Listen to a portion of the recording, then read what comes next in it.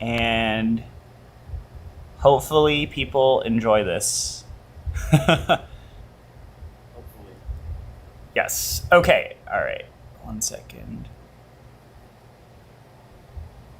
Going to change some camera settings real quick. Here we go. Okay, it is live, but I need to switch us to the glorious double. Oh god, I'm hitting things. The both here. Okay, all right. Can somebody in the chat verify if you can hear Arby? Hello, Hello, hello. hello. It's It's me, me, Arby. Arby. Oh wait, here we go. Hold on. How about now? Try now. Hello, Hello, hello. hello. It's All me, right. Arby. Okay. All right. It should be working now according to the levels on the streaming software. So yeah, what we're gonna do today is we are going to basically try out some fancy water. Um, but yeah, while we, I think it would be good to start with a bit of an intro of who you are. I mean, you've been in the Discord for a while. You also online in the general coffee community, and you've created, a coffee product, as we'd say, and this is super super cool. Right here is the empirical water. Oh, my camera is flipped, but anyway, basically, the plan for today, we're gonna get to know Arby here, and we're gonna try a bunch of the stuff that he sent me, and then you guys can ask any sort of questions, in the chat. And I think that's the plan. It should just be fun. That's what we're trying to do today. So Hopefully, you can't yeah. hear my heart pounding through the mic right now.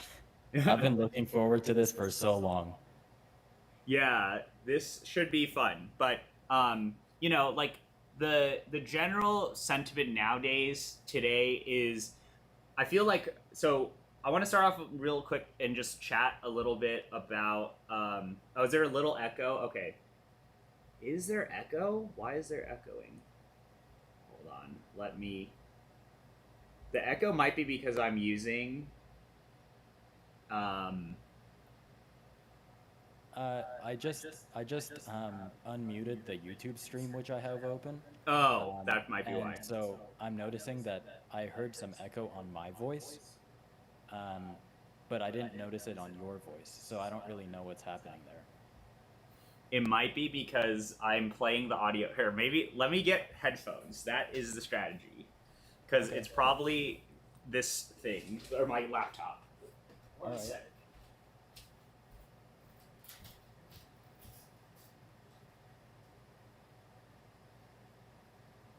Hey, Terabat, what's up?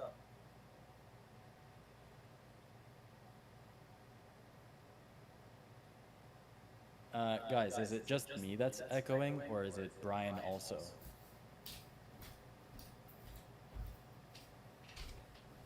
See, I don't do that many streams with the Discord stuff, so just how it is. Let's see if this is better, guys. I can play our call through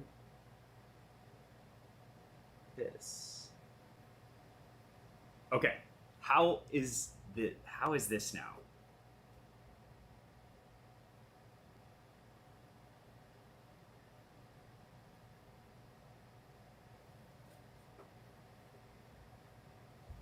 So, am I still echoing now?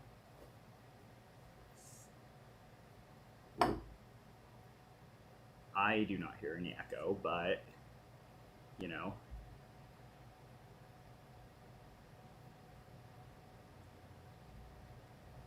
All right. Well, anyway, hopefully things work now, and I have no easy way of monitoring this YouTube chat because I it only likes to show the one screen on here. But Okay, so they are saying that it's perfect now, so I think we're good to go. okay, Nice. sweet. Awesome. Great. Okay.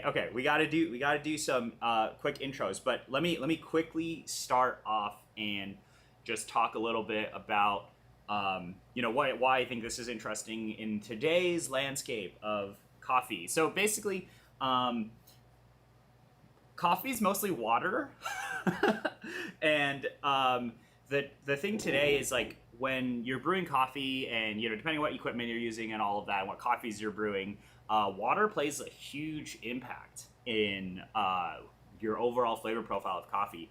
And the thing that you always read online, especially with a lot of these crazy coffee nerds, is that it's all about water. And um, there there are people who buy concentrates and powders and all these different things and make their own water, and that is kind of where the hyper nerd is at. But the thing is this, and we're going to go through because we got a bunch of other stuff that we have here. It makes kind of getting into this world of water very, very easy. And these types of things, like these concentrates and all that, they're easy to use, and they will instantly make your coffee taste a lot better. And Arby here is one guy who made this, and we're going to go and talk a little bit about it. So that's the kind of gist for today. Is we're going to go through some of these the waters that he sent me. We're going to make some waters with the concentrate. We're going to brew some coffees, and I think we're just going to brew the same coffee multiple times, and we're going to see like, hey, how does the water make an impact? But of course, in the world of dialing in coffee, you can dial in your water. But the point is that if you switch over to something like this, you're already getting majority of the way there. So let's do a quick, why don't we do a quick intro of you now, and how did you start this? So this goes way back to around 2016 or 2017 when I first started brewing specialty coffee. Probably around 2016 was when I first started brewing coffee, period. Like just with a Mr. Coffee like drip machine, no grinder, just like I think reverse osmosis is what I had at the Mm-hmm. time.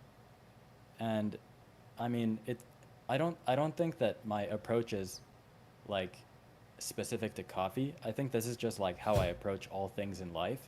Um, which is kind of like as a try hard. So yeah, I kind of slowly got deeper into it as I started noticing differences in how the brew would come out when I tried different things, like changing the dose or whatever. And I guess at some point I tried third wave water. Once I got into like counterculture, which was my first brand of specialty coffee that I tried. So I guess I got into counterculture, and then I started thinking about water and mixing third wave water with my reverse osmosis. Eventually, I was like, um, I'm spending all this like all my mom's money on coffee, and like as a 16-year-old, like so I started making DIY water at that point, like following barista hustle recipes and stuff like that.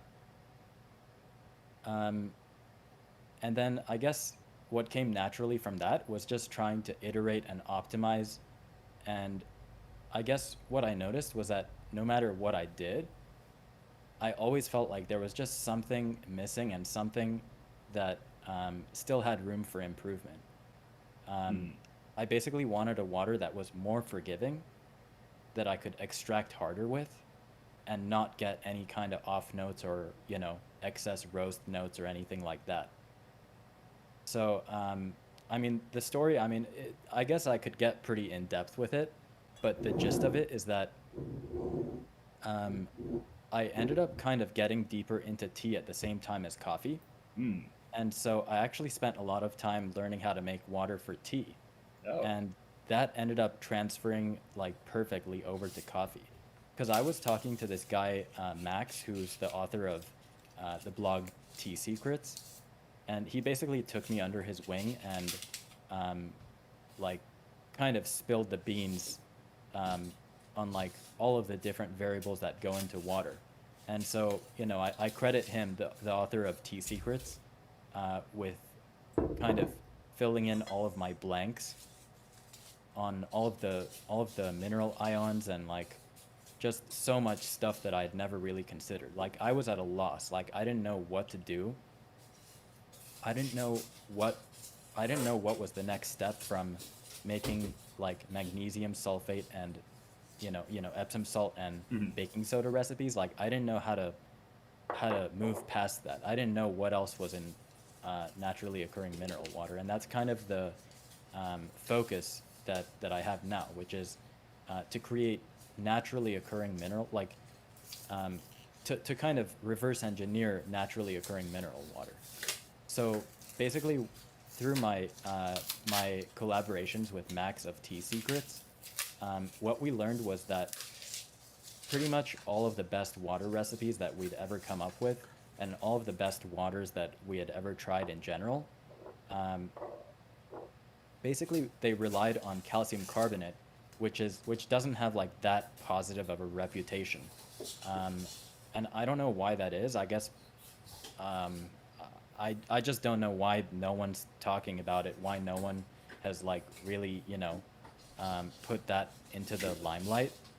But I guess I mean I'm not the person who came up with it, but like I'm happy to do that. Like I don't know if anyone's heard of Grind Science, the blog from like 2015. There's a blog post that says like um, I think it's like soda stream water recipe best method yet or something like that. And so that was kind of an early hint that calcium carbonate like had something special about it. Um, the thing is, you have to use carbonated water to dissolve it. So I kind of shied away from that for a while, but I eventually ended up, like, through the help of Max from Tea Secrets, we kind of came up with some introductory recipes to kind of open the door to naturally occurring mineral water. And as soon as I tasted that, it was like, it was just the eureka moment, Mm. like there was no going back.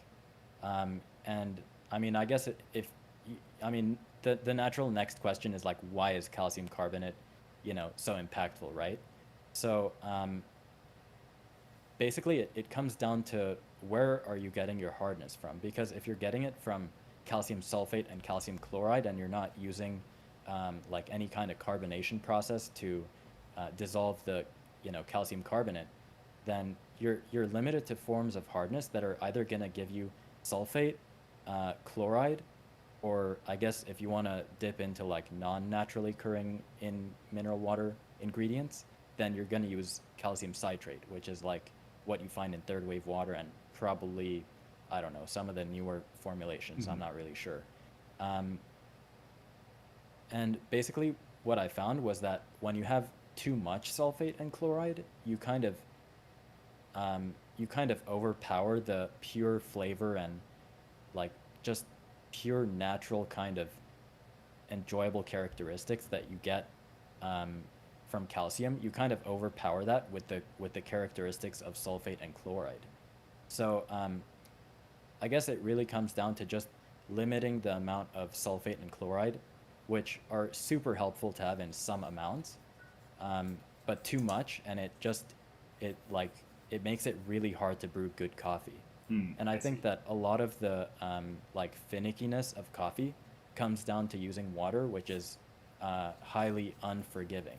And so Mm. that was my goal, which was to make a water that um, you don't have to be perfect with, um, and you can still brew really good tasting coffee without absolutely nailing, your brew recipe. Yeah. So I think that's really interesting. And we can kind of dive more into the exact chemistry stuff. And feel free to ask any questions in the chat, guys.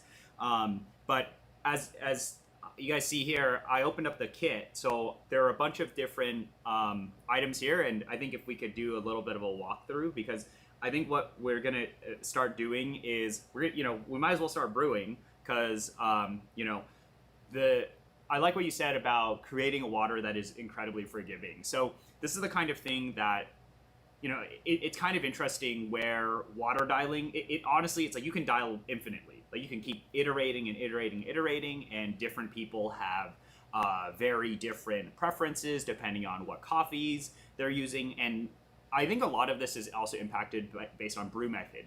For example, a lot of people don't want to use, if you're using water for filter coffee, you probably don't want to use it for espresso, or vice versa, because they'll have different levels of hardness, and the different brew methods have different characteristics to them, or like, certain waters will emphasize certain things that you may like or you may not like. So water has always been kind of a very finicky thing, and personally speaking, I actually use tap water from where I am in the Bay Area. So we get Hetch Hetchy water. It is, I know Harry did a little bit of a breakdown of it, but it's basically very soft.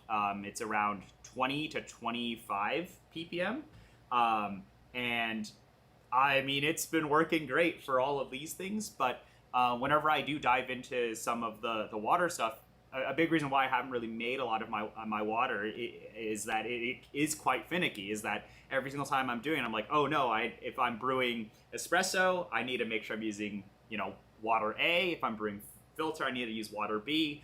But it really depends on how deep you want to dive in the world of water dialing. But the point of kits like this now, and we have a lot of, well, we'll go over what these are, is that you can basically get a really good baseline, right? Like we can basically follow the instructions, get right in, and then begin tasting and be like, okay, this is really good. What types of adjustments should we make, and so on and so forth. So I think that's the nice thing. So if you guys want to go and look at this, well, I just opened up this entire kit, but it is, have a bunch of stuff. You get a bunch of stickers, you get a bunch of cool stuff. Arby, if you could go tell me what is in each of these. So if somebody picks up a kit like this, what are they looking in? How do they start, and what is each of these components? All right. So what I sent you is actually a combination of different things. Like, I don't actually sell anything that includes all of the things that you received. Mm-hmm. Normally, what I do is I introduce people to my water by sending them the default versions as samples, and the brew water samples are those light blue label ones, which are those right there. Yeah. Spring and glacial. So the way I've set it up is so that when you try a sample, it arrives as ready-made brew water, so that it's kind of gonna act as like a reference. So you don't have to mix anything with distilled water or measure anything. You just pour it straight into your kettle, and it's just straight away ready to go like that. Mm-hmm. So those are the default versions of my glacial and spring inspired profiles. So by default, I mean, I designed these profiles for tea, as I mentioned earlier, and for light roast coffee. Okay. So the default versions are going to be suitable mostly for light roast coffee. And then once you figure out, is this something that I like the taste of overall, does this align with my preferences, then you would be like, okay, I'm going to restock with some concentrate, which, you're going to be able to dilute and make a much larger volume of brew water out of. So with the concentrates, you can add the hardness and the buffer separately. Now, I just want to make a distinction that since I use calcium carbonate in my water, that hardness concentrate over there is actually going to have some level of alkalinity to it just because of the carbonate in calcium carbonate. So it's not a pure hardness concentrate. So yeah, just wanted to make that clear. I don't know if I included the extraction booster. I probably thought it was too much like complication for a stream. So Mm-hmm. I'm guessing I didn't include it. They come in like really tiny bottles, and those are the only concentrate that I offer that is purely hardness. So those These are ones? the buffer. Oh, No, this not is the buffer. Okay, yeah. Yeah. Okay. Oh, yeah, yeah. They say buffer. Okay, so we have the buffers, we have hardness, and then we have brew water. So, how should we start? Should we just start with brew water and go Yeah, from there? I think that would be the way to go. And between those two profiles, Glacial is the one that I've been working on for years and years.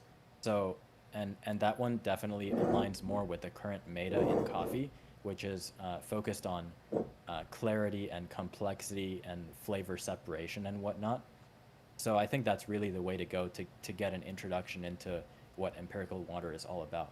All right. Yeah. Well, let's. So this is already pre-mixed, so you can buy this all done, or that's kind of how it's done at the beginning. Is you get the whole made sample that you can dump into the kettle, and then go from there, right? So I think let's start with the glacial then. So it says, version 1.5. It's probably hard for you guys to see and this is also mirrored because we're on a Discord call. But coffee edition, and then it tells you all the ingredients, it tells you the batch, and then it tells you the expiration date. So it's all ready to go. And I'm just gonna go and brew some coffee. And then feel free to ask. I'm gonna have to set up and everything, but feel free to ask Arby any sort of questions as well. And then, or if you also want to talk a bit about the spring profile while I get the setup, because I think tasting the glacial and then tasting the spring is going to give us a really good idea of where we're at. So I noticed some questions in the YouTube chat. Do you think I should go ahead and try to answer those? Yeah, that would be a good start while I set up. Okay, so going let me just scroll to the top and then go down so that I don't miss anything. So the first outright question is, what TDS do you guys brew at? So for me, I'll brew at around 70 TDS, and that's not what you'll measure if you try to measure this water, the glacial water with the TDS meter, because they're usually approximating rather than giving you an actual reading. So if I'm brewing like a light roast pour over, then I'll be using that same default version of glacial that I sent to Brian that he's brewing with right now. So that's 70. Then if I'm brewing espresso, I will also use glacial, and I'll just add more buffer to it. And that, if I remember correctly, I'm gonna add enough buffer to take it up to around 120 ppm TDS. So then if I'm just looking for a change of pace and wanting more body and richness, I'll go for spring, but I won't use that for espresso ever because it just creates more scale because it's a higher TDS water. It's like around 157, I think. So I won't use that for espresso, but I will use that for all kinds of coffees as manual brew of various methods. So moving on.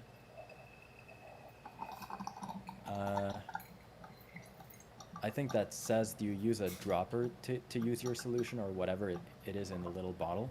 Yeah, the little bottle is buffer, and that's gonna have a little dropper inside of it. Actually, I have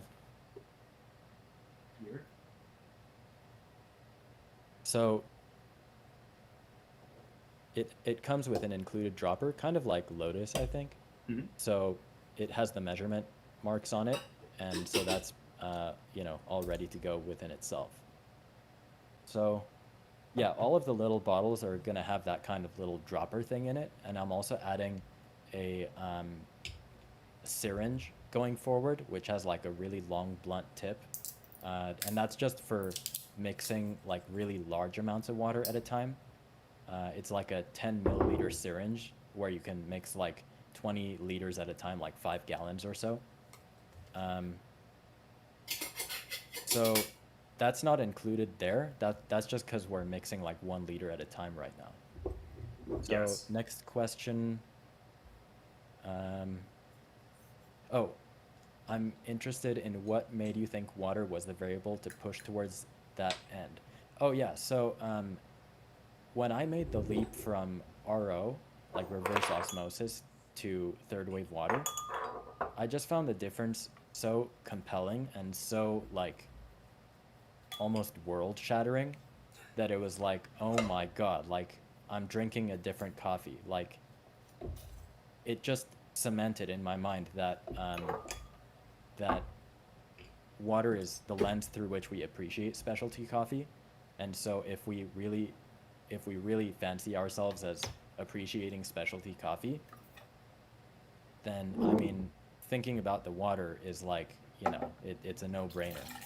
So that was my introduction, and then as I continued tweaking it myself and got deeper and deeper into it, I actually became overwhelmed um, by the possibilities, and as with anything where there are so many possibilities, my gut reaction is to just kind of step away and just be like, oh my god, like this is too much. But as I mentioned, thanks to Max, um, I guess um, he kind of like solved my fear of ambiguity by kind of passing on his knowledge about what he experienced with each of the mineral ions, and I kind of took that and ended up um, learning more about that myself and kind of putting together my own kind of framework.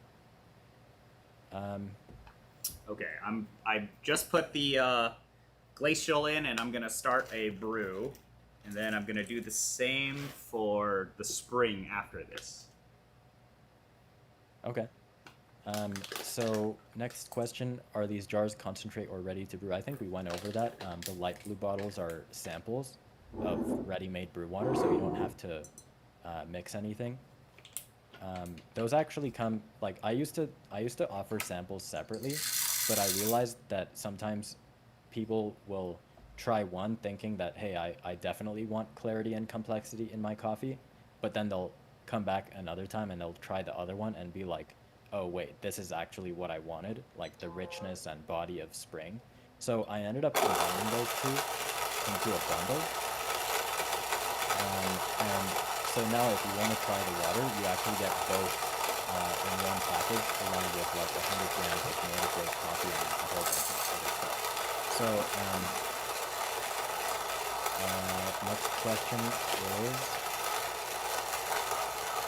oh, so you mentioned that chloride and sulfate can be overpowering. So what's your take on calcium citrate? My take on calcium citrate is that it's just like I like calcium. I love calcium in my water, but I just don't like citrate in my water. I mean, it just tastes weird. So I don't use any citrate, and I don't plan on changing that at all. It kind of tastes um, like lemon peels or something. It's just not really my favorite thing. It's like I don't like adding things to my water that will kind of um, I don't know if this is the right word, but I'm thinking of the word unilateral. Like I don't like adding things to my water that will significantly color my experience of every coffee in a certain way and make a certain thing stand out. I like to have a more balanced experience, and I just find that I get that when I don't use citrate. It's also kind of hard to dissolve. Not that that's an issue for me, but I just haven't had good Hmm. experiences with it, so I don't really use it. Yeah. So you all of this, are you doing this at home? Like you got a bunch of these bottles and you're packing them up and you're running this whole operation. Wow. Yeah, it's been kind of a learning experience to figure out how to do all this stuff myself. Like I'm still pouring, like I haven't figured it out yet. Like I'm still pouring from a 5 gallon jug into these Into bottles with a these, funnel. yeah. Yeah, so it's like, I'm just doing my best and learning as I go. Mhm. The main thing was to figure out the recipes and then the logistics. Um, as I scale my little operation here in my kitchen, that will get figured out. I'll probably bring on a consultant or something to Yeah. help me out. Because you're also packaging these. You do you just have like a million glass bottles in your house? Um, kind of. Because then you're Yeah, putting these, and then you're shipping them, and then these seem to do a pretty good job. But yeah, that is the yeah, running a business is not easy. yeah. um, Continuing to answer this last question, mentioning about how chloride and sulfate can be overpowering. Yeah, just wanted to clarify that I do really appreciate the characteristics of sulfate and chloride, and I wouldn't go without it. It's just that if you use a traditional method, well, and by traditional I mean like in the style of like barista hustle or whatever other formulation styles that are out there, um, you'll just end up with too much. So I do respect chloride and sulfate. They have a place, but I think it's just you need less of it than what's normally in artificial mineral water, and that's why I go through all the trouble. That's really what it's about. It's just reducing the amount of chloride and sulfate to manageable, enjoyable levels. So should I try the water straight, just like drink it and see what will I be able to taste the difference there? Um, I've heard from those who drink it straight that it tastes like better than um, I don't know, whatever other competitor waters. But like to me, I even drink it myself. Like I have this bottle on my desk, and I've kind of gotten into the habit of only drinking empirical water so that I'm in tune with how You're this water mega actually tastes. calibrated. Exactly. Okay, well, yeah, But I'll be able to try some of this. But this brew's finishing up. I'm just gonna drink a little bit of glacial, and then I'll open up spring, and then we'll empty out the machine, and then brew the same coffee, same recipe with the spring water, and see if it tastes any different. But I don't know. So far, I don't really see any. I mean, I can't visually see if anything's happening with the water because it's all mixed together. But this is just the glacial water. yeah, it's just water. It's just water. I think it totally gets overblown. Sometimes like the importance of the taste of the water itself.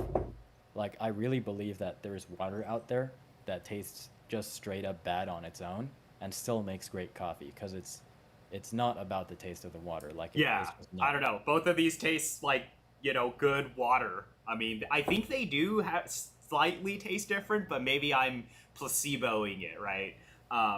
But I think this is what's really going to happen, or you're going to be able to really experience this with brewed coffee. So I'm going to now set this up again, and I haven't looked at the chat, but we now have our brewed version of glacial. Now I'm going to swap to spring. So the biggest difference between these two is that glacial is really meant for that flavor separation, like clarity, in the light roast coffees, and then this is going to give you more. Well, you guys can't really see this here, but spring here is going to be more rounded, or bigger body, I guess. Yeah. Okay. Right. Um, I feel like there was one thing I didn't get. Oh, I wanted to mention that I think pre versus post brew mineralization is actually really impactful. Like I know that we haven't had the scientific rigor to back that up yet, um, but I mean in blind tests, like the difference is so obvious, um, and also the difference in time to extract coffee, like drawdown time in a pour over, like if you go um, from like a low extracting water to something like third wave water, the difference in a brew time can differ by like a whole minute. So I just wanted to mention that because it just like um, it's just like kind of a facepalm moment every time I see that people think there's no difference. Like really, there is a difference. And then these are also waters that you can use for all brew methods, right? Because also that, or you can use it in an espresso machine, right? Because I know, well, just very, very at a very basic glance, right? A lot of people want to switch over to these types of waters to protect their espresso machines and boilers, right? Because of Okay, scale. so I don't recommend using spring in an espresso machine. Okay. That's just because it's a higher TDS water and you'll visually see it scale up, even in as little as like a single brew. Hmm.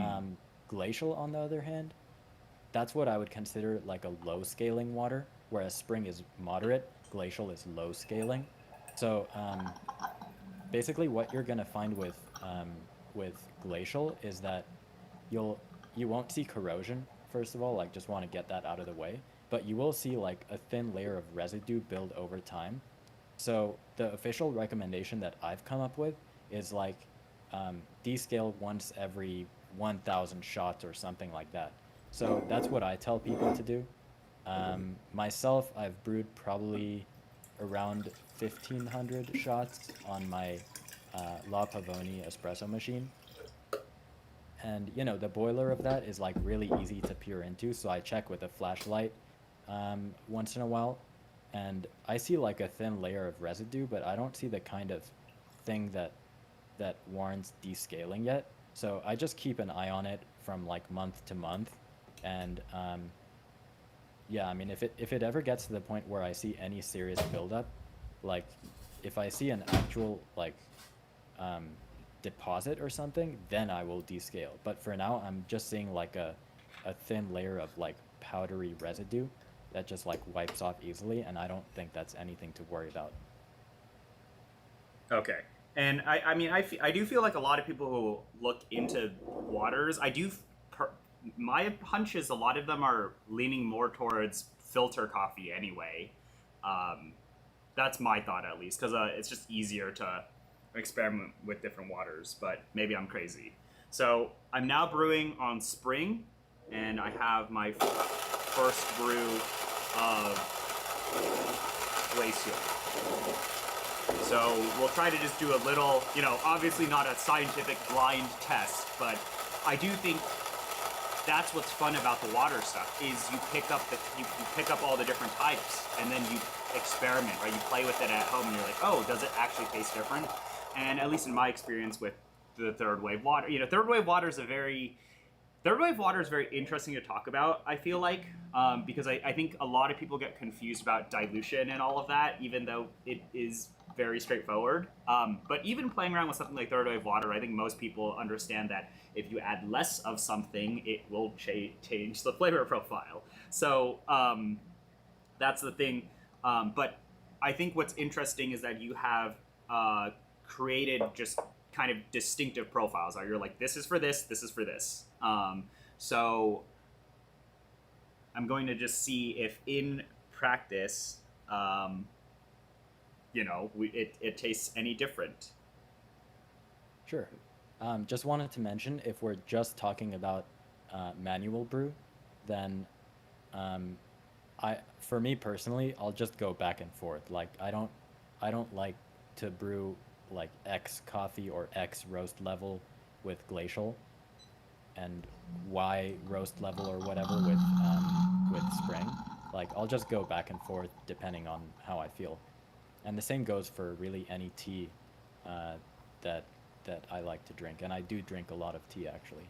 I think Mm-hmm. that coffee enthusiasts, like anyone who likes coffee, will also deeply appreciate tea if they kind of uh, get past the initial like overwhelming kind of variety that's out there. It's like Yeah. it's such a like mind exploding level of variety that's out there, like way more than coffee. So highly recommended to anyone who likes coffee. Also check out like Gong Fu tea. Mm-hmm. Yeah. So Haku is asked the coffee I'm brewing is the Gataipi from Sei. So it's just a very straightforward Kenyan coffee. I think this is going to be an interesting coffee to just taste. I mean, we already brewed this here, just simply because, at least in terms of Kenyan coffee this year, this is actually one of the softer Kenyans. It's not, this year's Kenyans haven't been explosively loud, so I think we'll be able to instantly tell the difference between the two waters. Just standard, clean wash coffee. The differences, the differences should be pretty apparent in something like that, where it's definitely it's not the coffee that's going to be imparting any of the flavors too much. Because it's not hyper processed or anything. I do want to say though that at least in my experience with a lot of water dialing, and just in general with coffee brewing, a lot of the distinctive differences that I taste with water are like the initial presentation of some sort of flavor note, and then also the aftertaste or like the finish. Where if you're brewing with super hard water, you don't really taste anything, and then if you brew with super soft water, sometimes things can taste a little too thin or metallic. Of course, depending on what the composition of things are, but nowadays I just don't really think too much about water, so the fact that something like this exists is quite nice. But I think let's taste these two. This is going to wrap up, and then we can maybe play around with some of the concentrates, and then also with these, because so with the hardness, the goal is to just mix it with this and see which one you may prefer, or Oh, are you asking like how you're supposed to use the yeah, hardness? like how am I supposed to use this? Yeah. Okay, so for the hardness, you're basically gonna mix, for example, for the glacial profile. Well, for either profile, you're gonna keep the hardness the same. So for glacial, it's 50 milliliters for 1 liter of brew water, and for the spring profile, it's gonna be 100 milliliters for one liter of brew water. And then for the buffer, that's what's gonna be up to you to decide. So as a default recommendation, I recommend 0.5 milliliters for glacial and 1 full milliliter for spring. And those are the default versions of the brew water, which is what you have in those light blue bottles there. Yeah. Okay. Well, we can try an example of that after we taste these. So this here is glacial. And I think I'm just going to do what I feel like most people at home are going to do. Is you're just going to brew things back to back, and you're just going to taste, and you'll be like, is it different? Because I do think the thing with coffee testing, or taste testing, a subjective thing like coffee, is it needs to be blind and all of that. But I think it's super fun to just taste things side by side, and that's really what we've been doing on these streams. So here it is. This is just a basic pour over brew using the X Bloom. Same recipe on both of these coffees, on the same coffee. The only thing we swapped is the water, and let's see if we can taste anything different. Or at least, the baseline test is, does it taste good, right? Yeah. Moment of truth.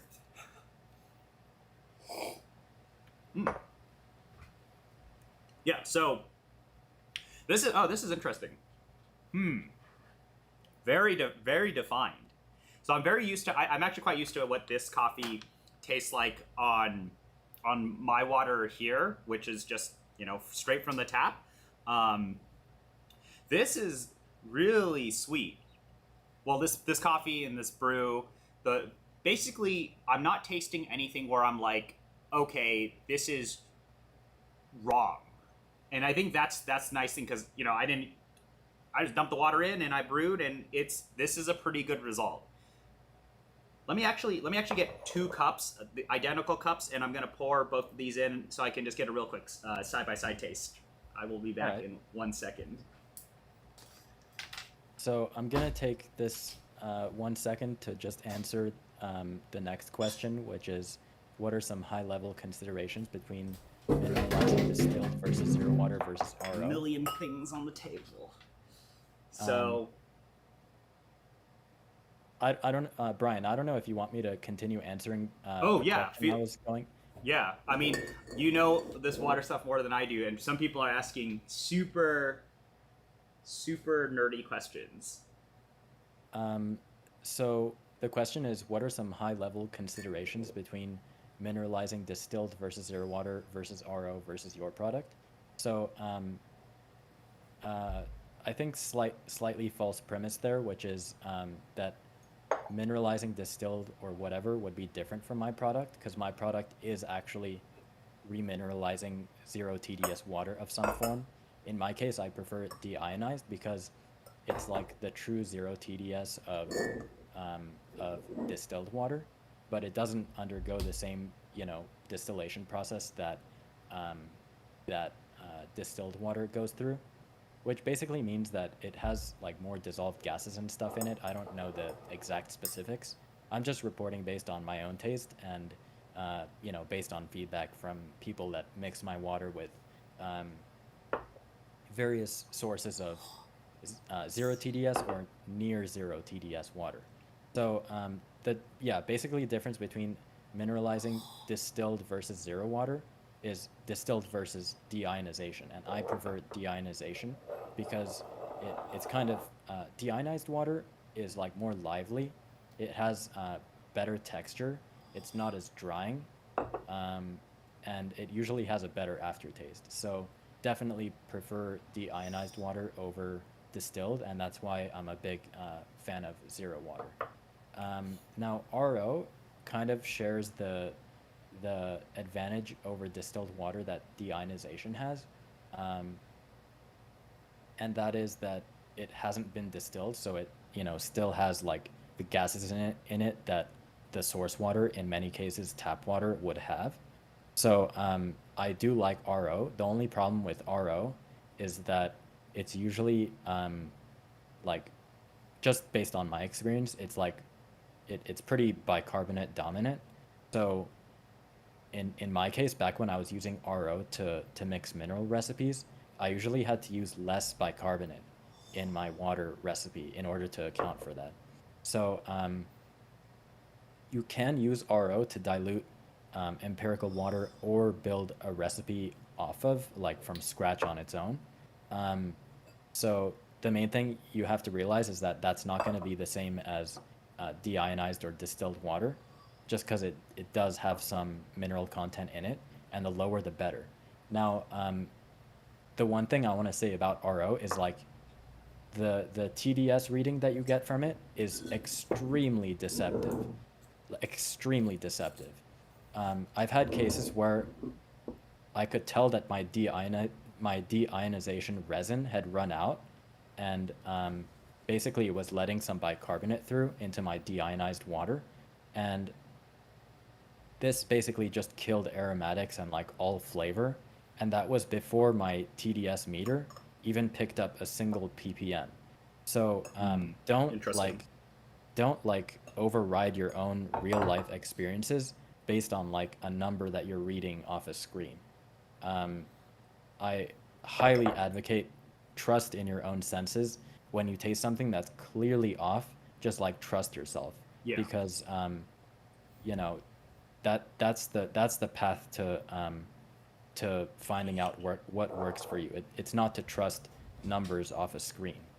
Yeah. So this is interesting. So while Arby was answering chat questions, I've been tasting these too, and there is a distinctive difference between the two profiles. First of all, I do think that out of the box, like literally out of the box, right? We haven't done any sort of adjustment. We've used the same coffee. Of course, we're using a lighter roast coffee here. Both of these have really good brews. Like, I'm tasting this and I'm like, there isn't anything wrong because of the water that is being used. What I'm definitely getting is very different modulations of mainly acidity, sweetness, definitely body or like rounding is quite different between the two. So I want to quickly talk about that. Definitely 100%. If you, well, I'll tell you what I like. I actually really like the first one we brewed, the one that's made for light roast, right? The glacial stuff. It's very vibrant. Definitely there's a lot more definition in acidity. There's the acidity seems to linger a lot longer. It also tastes like those softer waters where you kind of get this like extension of some sort of acidity, and there isn't like a wall that you're tasting against, or is it? It isn't. There's no like big kind of cloudiness you're tasting in. Whereas spring, let me taste this again. Spring gives me a good presentation of the coffee, but and it's round, it's sweet. It's actually really sweet. Like maybe this to me it feels like it's sweeter because I'm not getting as much acidity versus glacial. But this is like an incredibly good all-rounder water. I feel like I could take almost any coffee and put it through something like this, and it would give me good results across the board in terms of, understanding enough about what the coffee's supposed to taste like, but really boosting a lot of those enjoyable properties. Like I think this is probably, like it's really just like round, sweet. Whereas the first one we did, the glacial, is definitely definition. So that's the interesting thing here is we're just doing the side by side, same everything, same recipe, and we're getting, I'm not even like fully awake and calibrated and whatever, right? I'm just tasting these things side by side, and you can tell a difference. There is 100% a difference between these two cups. The thing is though, I do think both of these are really good. It's just that we're now kind of like at the point of these are both really good. Which direction do you want to go in? Do you want to go in acidity, or do you want to go in sweetness and body? So that's really good out of the box. This is the first time I've ever tried this water, by the way. Pretty impressive for undialed in, just and I think that's the whole point of what you were saying before, is that it should just be easy, right? Super forgiving. That's what we're doing, right? And I think this is fun. So if yeah, I don't know, not bad, but I do definitely prefer glacial for the types of coffees that I'm after, which is that definition. So I think and that makes sense, right? If Arby, if you could tell people again the differences between the two, and maybe why I'm experiencing such a big difference, the TDS as well as the minerals and all of that make up these two. I think that would be because I think this is where people should start, is like try one of these. So I can open up my spreadsheet and kind of list some differences between glacial and spring if you want. Yeah, that'd be good. And then we can kind of go in like, okay, well, why is that different than this one, and why am I tasting more acidity, and all of that. So really quick, I'm gonna open up a link and paste it in the YouTube chat, because that way you can actually see exactly what is in each of these two waters in their default form, like those light blue bottles over there. So going to empiricalwater.com slash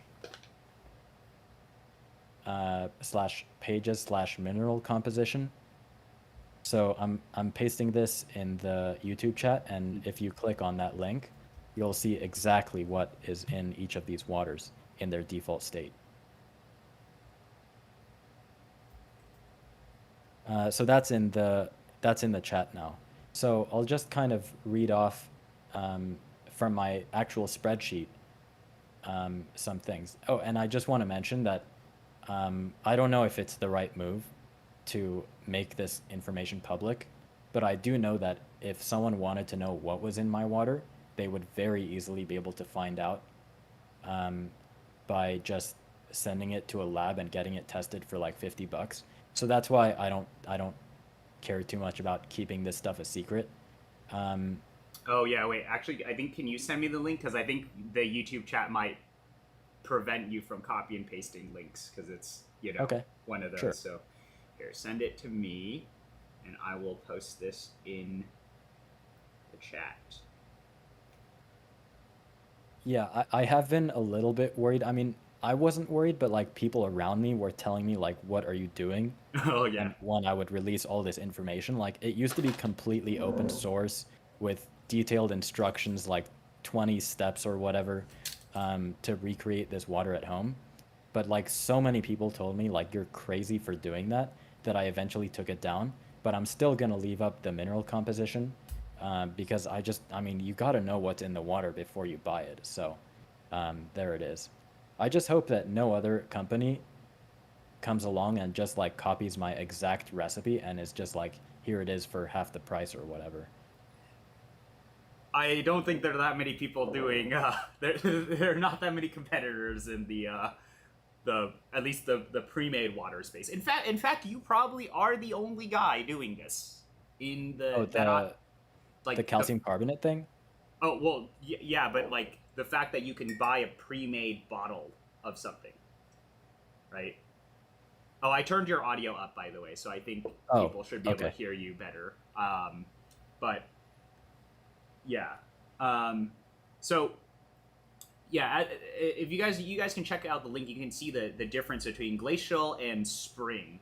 Um, they they really taste different. I mean, now that these are well, I'm gonna taste them again now that they're cooled. Um, like I really don't think. I mean, I think you could do a blind test and you could definitely taste that they're different. Um, but we're not doing it blind. We're just tasting these. So, answering your query earlier about going through some of the specifics of what's in each of these waters. So, glacial in its default state has a carbonate hardness of about 30, general hardness of about 35, and a general hardness to carbonate hardness ratio of about 1.18.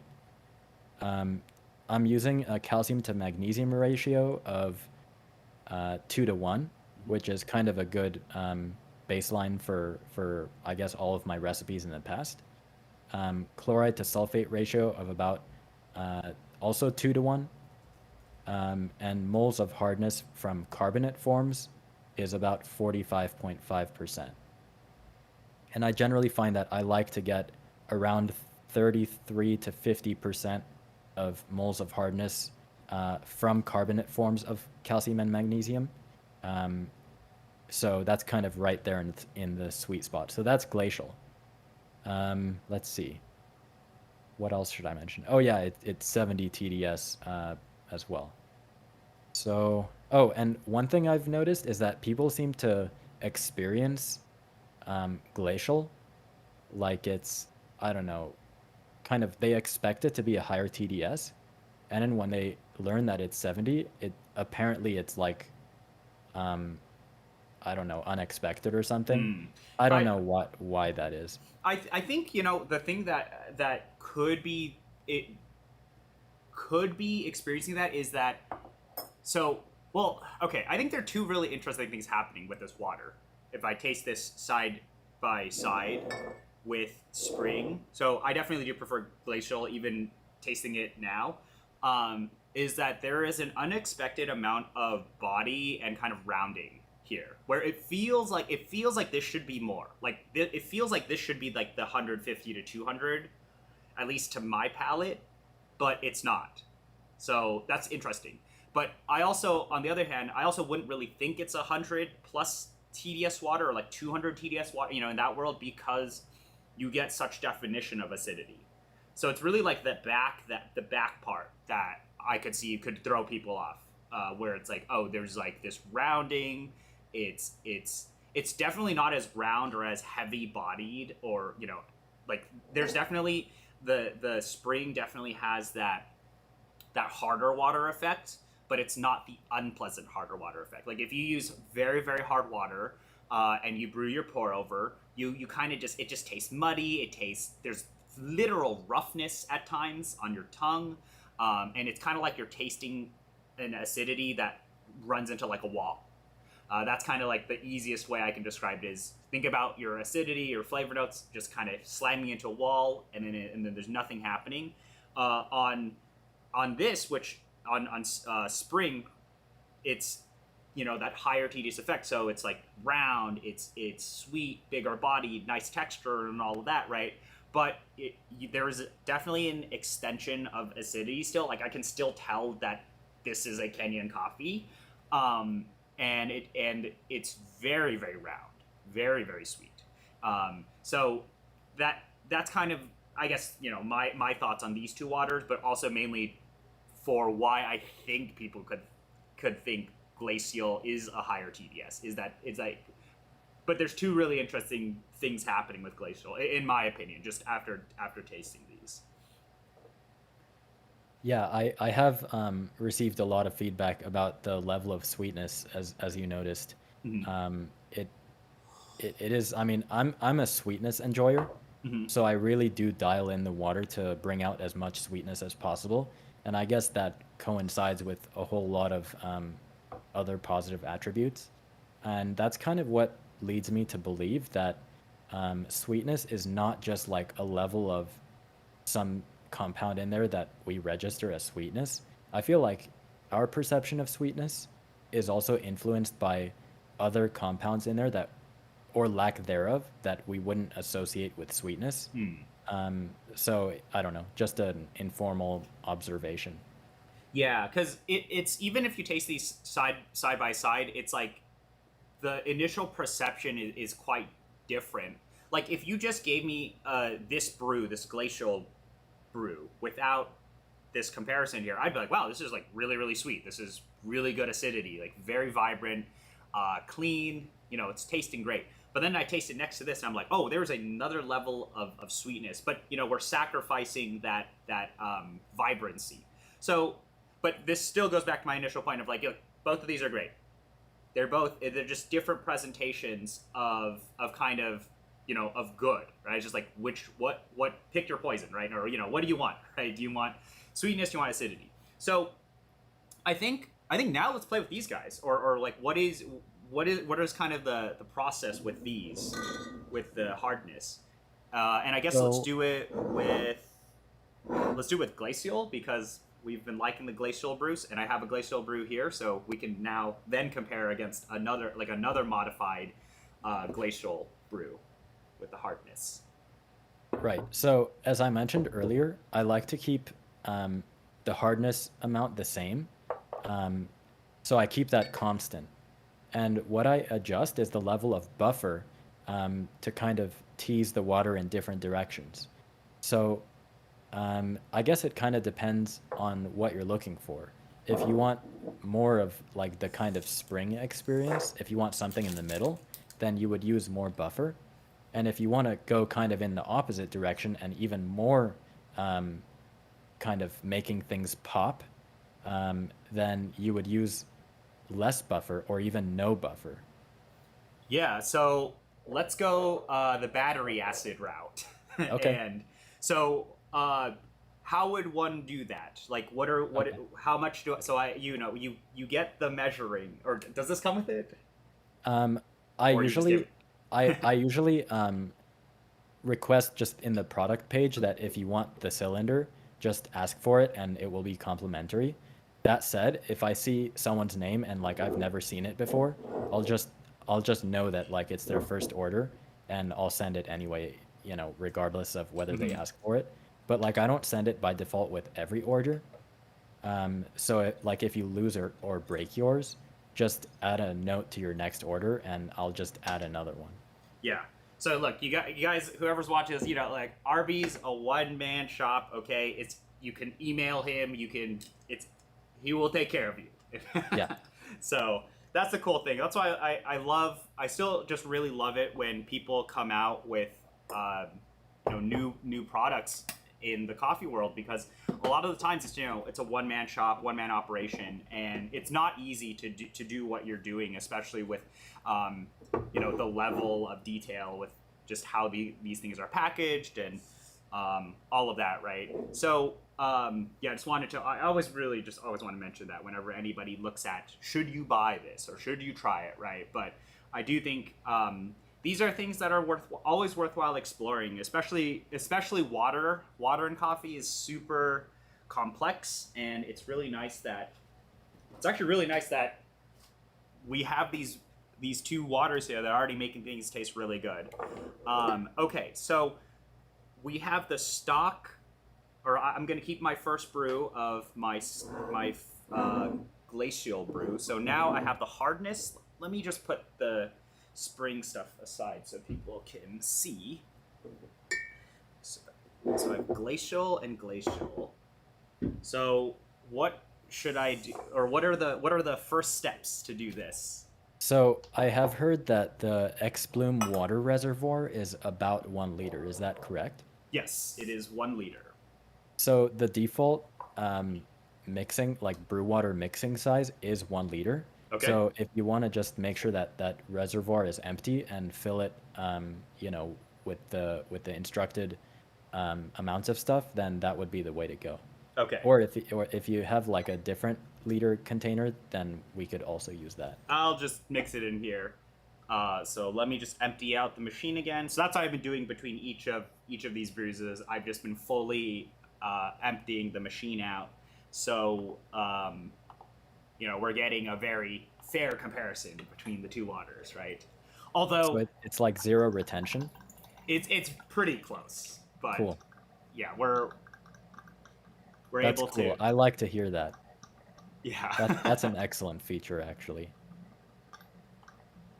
We're So just- yeah. for that reservoir, you're going to be adding 50 milliliters, which is that smaller measuring cylinder that you have right in front of you. Okay. 50 milliliters of the dark blue glacial hardness concentrate. All right. Let me take this guy off as well. You can always drink the water that you empty from the machine. Okay. So I'm going to crack open this hardness one real quick. Yeah. And then I have the... This is fun. We're doing science. Okay, so 50. Yeah, and you might want to lean that lip of the bottle right on the lip of the exactly, so that it doesn't spill. Kind of hard to pour. Yeah, exactly. You're doing it perfect. Okay, we will empty a little bit back out here. Okay, so I got 50. It's always a lot easier to work with liquids than the powders, in my opinion. So I like that we have the concentrate. And okay, 50 mils. Here we go.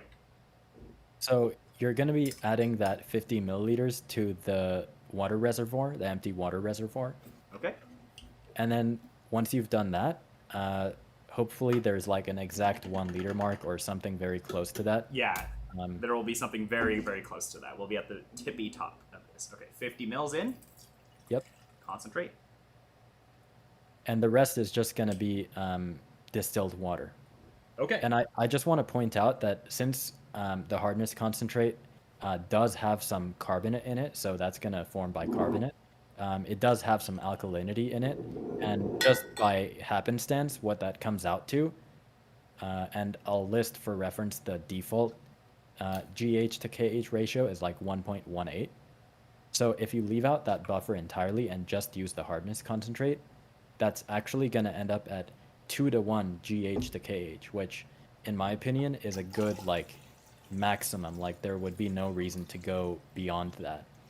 And for my personal preference, I do like to use something close to the default GH to KH. So the default 0.5 mLs of buffer.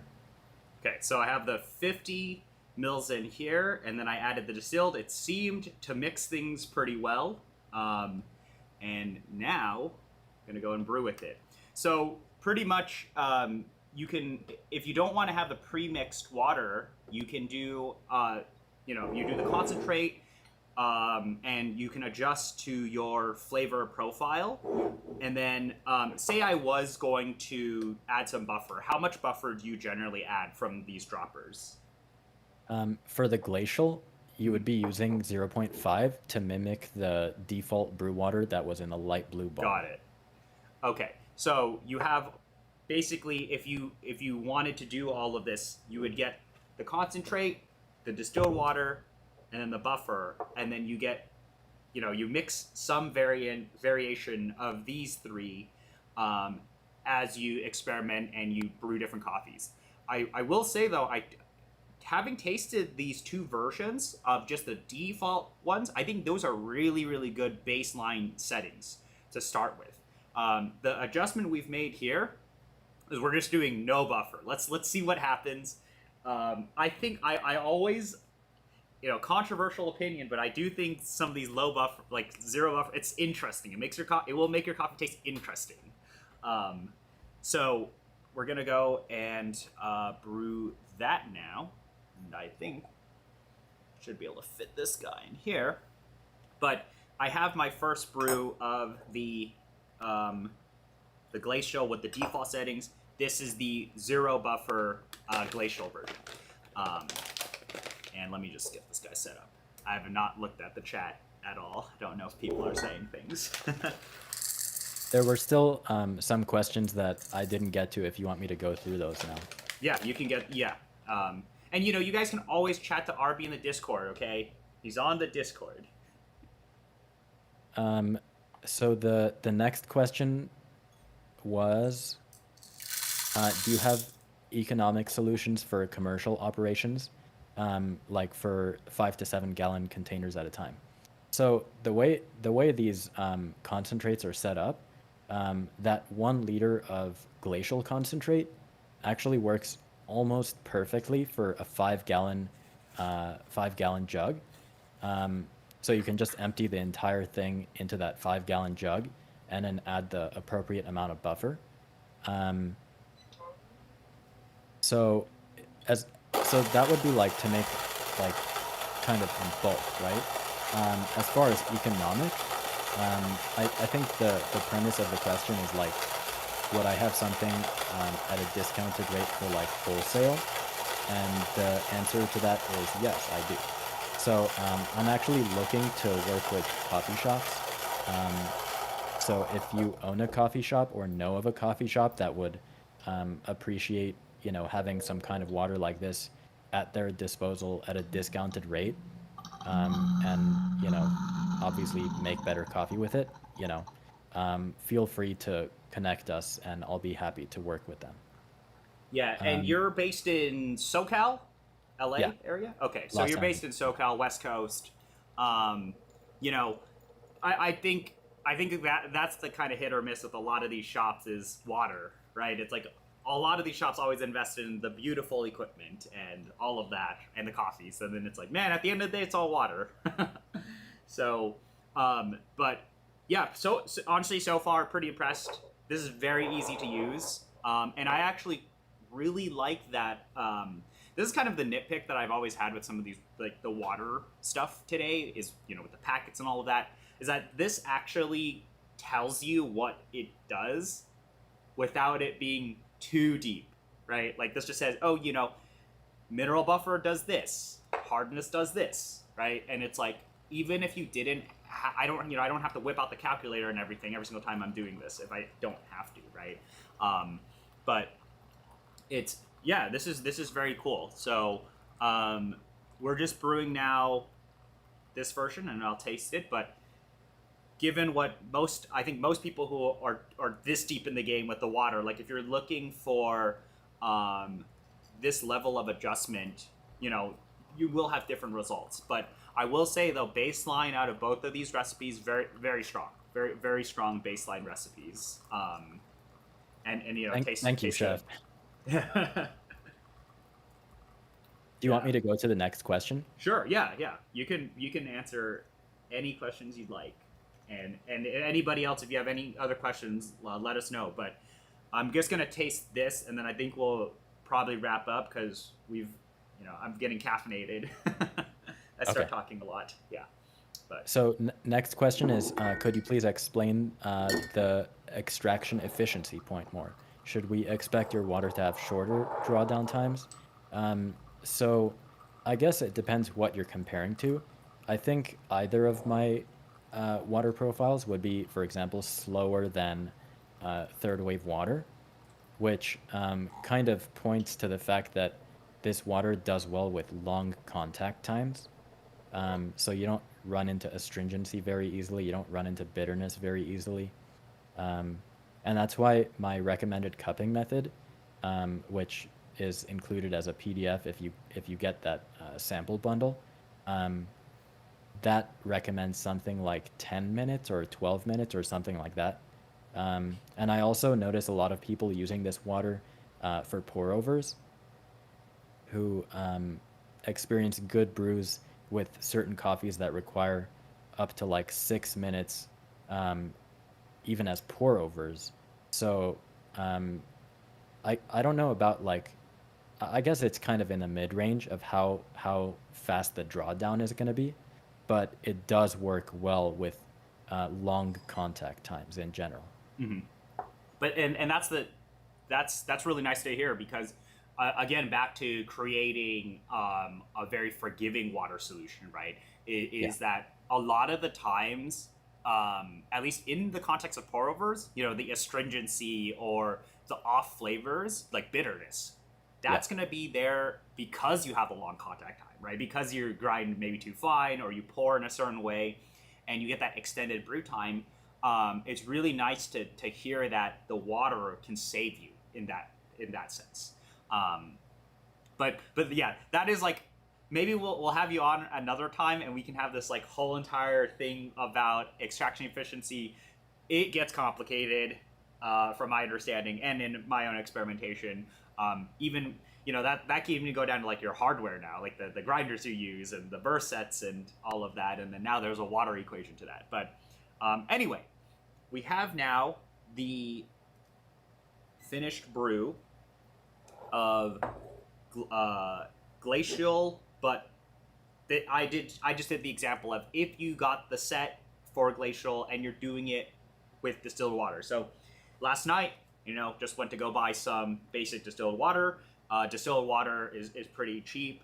I mean, usually on sale wherever I'm at.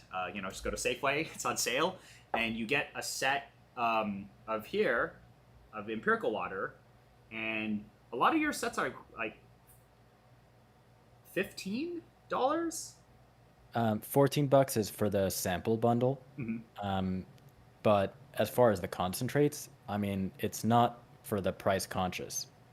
Yeah. Um, I mean, you gotta shell out for the Oh best. yeah, yeah, yeah. No, this is the good shit. It's the good stuff, right? So I'm just saying is that this is the stuff that if you spend the money, your experience is going to be a lot better, generally speaking. And that's the thing is like if you invest all this time and money into say like the whole damn coffee setup and learning how to do all this brewing, you don't want to shoot yourself in the foot because your water's not good. This is like the or like we spend all this time. I think a lot of the enthusiasts nowadays, right? We spend all this time chasing clarity, or you chase this one aspect, and you end up spending all this money on gear, when in reality, it could be the water. But if you already have really great gear and you already have really great coffees, the better water does absolutely make your experience better. I'm gonna let this cool down and then I'm gonna taste this. Um, but yeah, it's super easy, and I really I think this whole experience of using this kit has been pretty nice, and I do really like that you even have the option of a pre-made water, right? Because I think this really helps kind of get people in the door, demystifies a lot of this mixing water and things like together, right? Because there are a lot of great online resources and calculators for water, but it is a little daunting. Like when you read some of this, like buy these powders and mix them in very specific ways, and then do all these different things. Whereas this is just like just put the thing in the thing in the thing, and you're done. So it's a little nicer of an experience, is what I'll say. So there are only a couple of questions Mm-hmm. left, so I'll just kind of breeze through these so that you can then give your take on the low buffer version. Mm-hmm. So, do you think your tea background is what helped you explore water? Because most coffee people get into gear, but there is much less of that culture in tea. So, um, I don't think that my tea background had a huge influence on me wanting to explore water because like me dipping my toes into it was because of third wave water with coffee, and I did actually get into specialty coffee a little bit before I got into fine tea. Um, but there is definitely less of the water kind of fine tuning culture in tea. Um, so yeah, I guess it really helps to have specialty coffee enthusiasts kind of pushing the envelope on that. And then tea, which is more of a traditional kind of approach, they're kind of catching on as well. So I'm happy to see that happen. Um, Next question. I mean, I'm kind of skipping some of the questions that aren't for me, so I apologize for that. because I don't know the answers to those questions. The next question that's for me is, what is the easiest way to get deionized water at home? Is a zero water sufficient? Do I feed it with tap, spring, or another kind of water? So, so I don't know about easiest, but in the long term, by far, I mean, in the long term, it's by far the easiest and the most economical, which is to install under sink reverse osmosis. Or I guess if you don't have that space available, you can do an above sink reverse osmosis. That takes your tap water and it removes most of the TDS. And the next step is you can take that RO and you can also install deionization after the RO. So it goes straight through the RO and into the deionization canisters. And then that will output completely deionized water from a tap, like a faucet. So that's what I recommend if you're really into coffee and you want to do this for a long time. I mean, there's no comparison. It's the best option. That said, if you don't want to go through all of that hassle, just and by the way, the zero water can replace the deionization step. I mean, it's the same thing, but it will take more time to deionize the water, and it's gonna be like a pitcher, so it'll be a smaller tank, and you'll have to keep feeding water through it. So, I mean, if you can't add a deionization step to your reverse osmosis system, then zero water is going to do the exact same thing. It's just not as convenient. And as for what water you should be feeding through zero water, basically the lower the TDS, the better, because it's just going to reduce the load on your zero water or other deionization system. So that's why I recommend doing RO first and then zero water or other deionization system. And if you don't have RO available to install in your own house, I think the best thing is to find like some sort of public water dispenser, like at grocery stores like Whole Foods or something like that. And then you can basically find those are usually RO, so just find the lowest ppm RO water and feed that through the zero water. And then you can add the concentrates. So Yeah. but yeah, there are like a million different ways to end up with the good water, basically. Yeah. What I'll say, okay, so I have been tasting these two. Definitely very, very different. I actually, it's very fun to taste no buffer water. And I actually, so here's the difference if anyone was wondering, if you wanted to replicate this at home, is that without buffer, it is super acidity forward. Definitely sacrificing a lot of the enjoyable stuff at the end. Whereas with the buffer, so what is the stock buffer amount with the pre-mixed? The stock amount is 0.5 milliliters. Okay, 0.5. So with that 0.5 buffer, very, very sweet. There's definitely that sweetness. Whereas the no buffer is just like in your face acidity. Still really nice.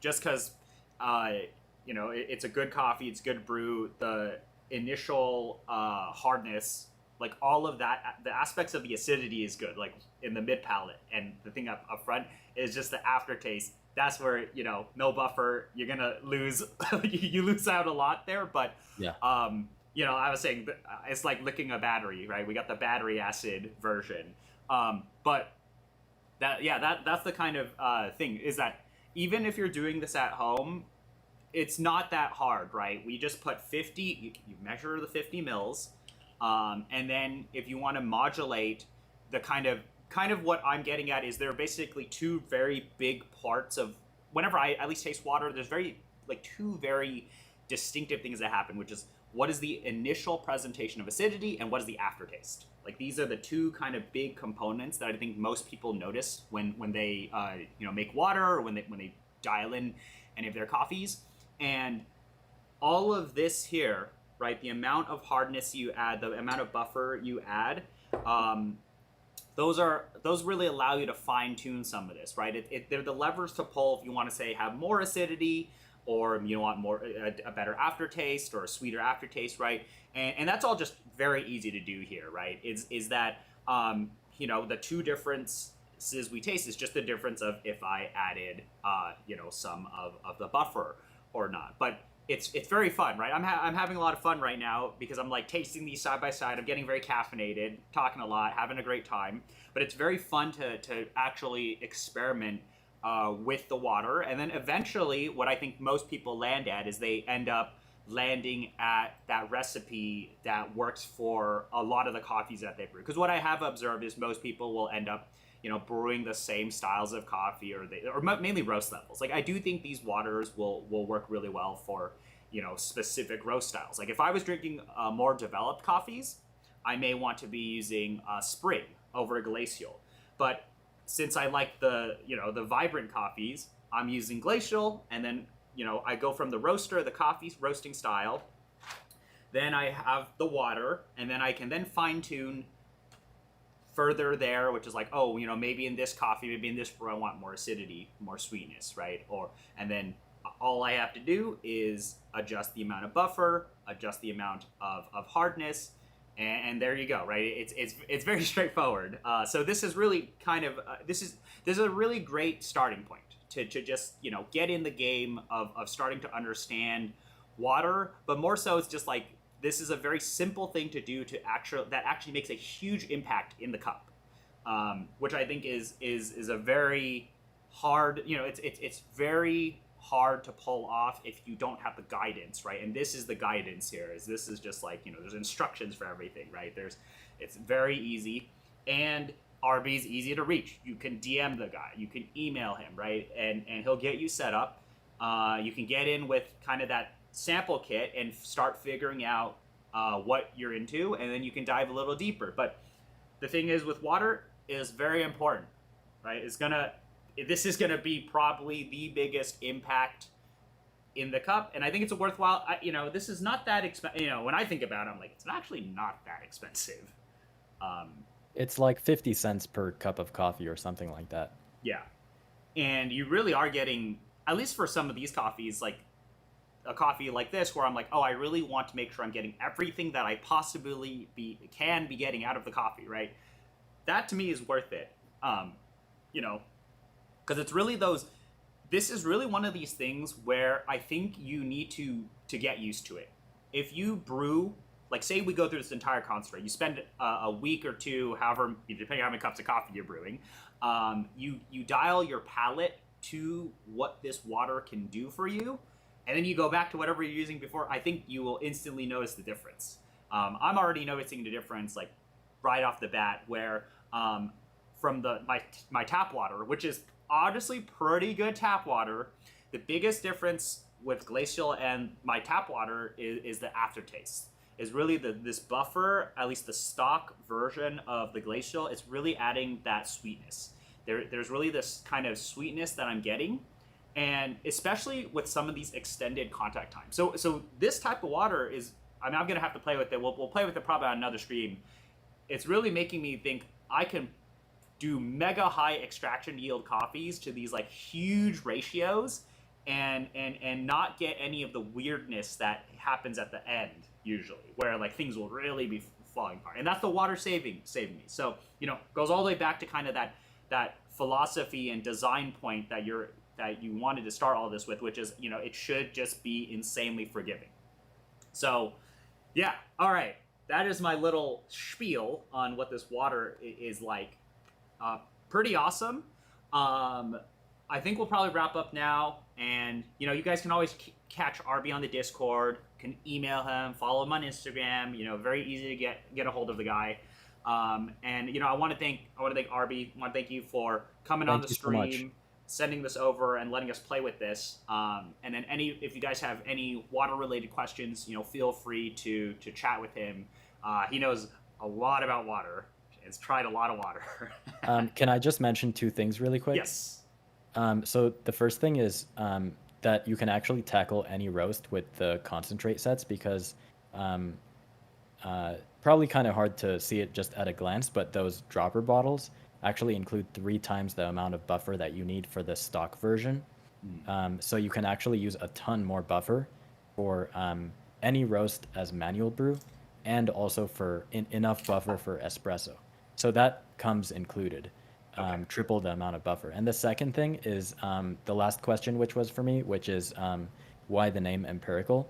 And the answer, I guess, is pretty simple, which is that um, I used to be active on a blog that I made called Empirical Tea, and uh, basically the whole point of that was to do like storage experiments with tea and like figure out how to age it in the best possible way so that it would improve over time. And once I kind of figured out like what the right storage methods and stuff were, I kind of stopped being active on that. I also had some like open source water recipes on there, but those compared to what I do now are like really bad. But yeah, I mean, I had the name Empirical as part of Empirical Tea, and so I just kind of slapped that on the water thing. Um, yeah, I mean, I guess I just like the definition, which is like based on observation or experimentation rather than pure theory. I like to do a lot of blind tasting, and I like to like send blind samples to people, and I like to just do all kinds of comparisons myself. So I don't really do too much of that anymore these days because I kind of have a process and I kind of know what I'm working towards and I know what all the different levers do. But that is the origin story of the Mm. name empirical. All right. Yeah. Well, I think we'll have you on at a later time. Schedule's been everywhere, so it's been hard to get a hold of me. But we will definitely have you on at another time, and definitely guys, if you guys like this type of format, right? We have a guest on, and we're trying something, and we're having fun brewing coffee. Let us know if you guys like this type of format, but definitely gonna be rocking this water and playing around with it. And if you guys want to get a hold of Arby, it's every. I think all your socials are like at Empirical Water, right? It's like at Yeah, Empirical Water. Yeah. So yeah. pretty easy to find him. He's also on my Discord. He's also on a lot of the other Discords, and he's like, he's around. So pretty easy to get a hold of him. Um, and if you guys have any questions, let us know. Chat in the Discord, leave a comment or something. But I think we'll wrap up now, and I will. I gotta go get dinner. I've had a lot of coffee, but pretty impressed. Very tasty coffee, and yeah. All right. See you guys later. Thank you so much. Thank you so much for having me on. This was extremely enjoyable and probably my most favorite appearance on a stream ever. So thank you for that. Yes. Okay. All right. Thank you guys for watching. I will, catch us on the Discord. And